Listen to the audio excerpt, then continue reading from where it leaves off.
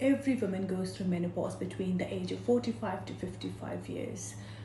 This happens due to decline in estrogen levels. Ovulation stops and women will eventually stop having periods. Average age is 51 years. If it happens below the age of 45 years, it's called early menopause. And if it happens below the age of 40 years, it's called premature ovarian failure.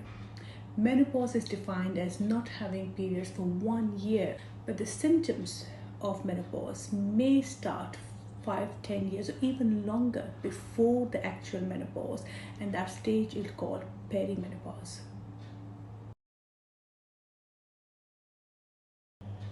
Estrogen is a very important female hormone, and its decline can cause lots of symptoms in women, ranging from feeling very tired, lethargic, not having the right amount of energy, inability to focus, concentrate.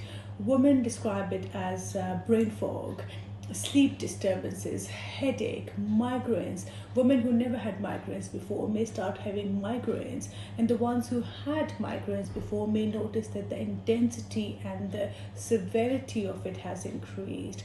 Hot flushes is another very common symptom of menopause and most well-known one as well. And lots of women associate hot flushes with menopause. And if they never had hot flushes, bear in mind 25 to 30% will never experience hot flushes. They believe they never had menopause. I had women in my clinic saying that my period stopped 3 years ago, but I never had menopause. And then I asked how. There are lots of symptoms: lack of interest in life, low mood, depression, anxiety, and lots of sexual problems, and recurrent urinary tract infections. So the list is extensive, and if we don't know that, we will not ask for the right help. So you asked me two questions: is it safe or is it effective? It is effective. Menopause is a decline in female hormone, and you're replacing the hormone, so you're solving the problem. So it is effective, and we have enough research, enough data to prove its consistent effectiveness.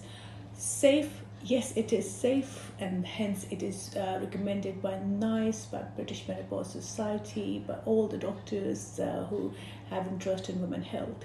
The scare came from a very small study many years ago that showed that there might be a slight increase in breast cancer with hormone replacement therapy. But we have to remember that hormone replacement therapy has refined and improved massively over years, and the one available now in the form of gel and patches have not shown any increased risk of breast cancer. So it is safe. Yes, there are millions of products available in the market and supplements over the counter. There's a term called meno washing. That means you can use the word meno in front of any product and you can double the price of it.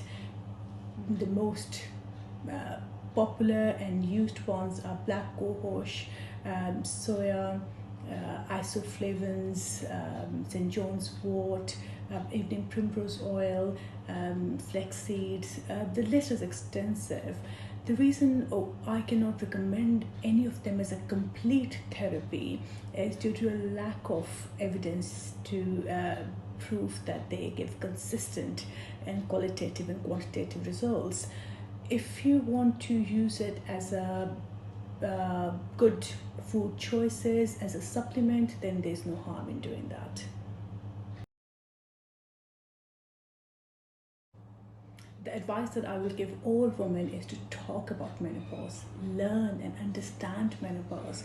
It's a very important part of women's life, and it happens at the stage where they might be at the top of their career, at the prime, CEO of the company, director of the company, and so much is happening in a personal life as well. Children going to secondary school or universities, and a lot happening in a personal life, and relationships going through middle age crisis.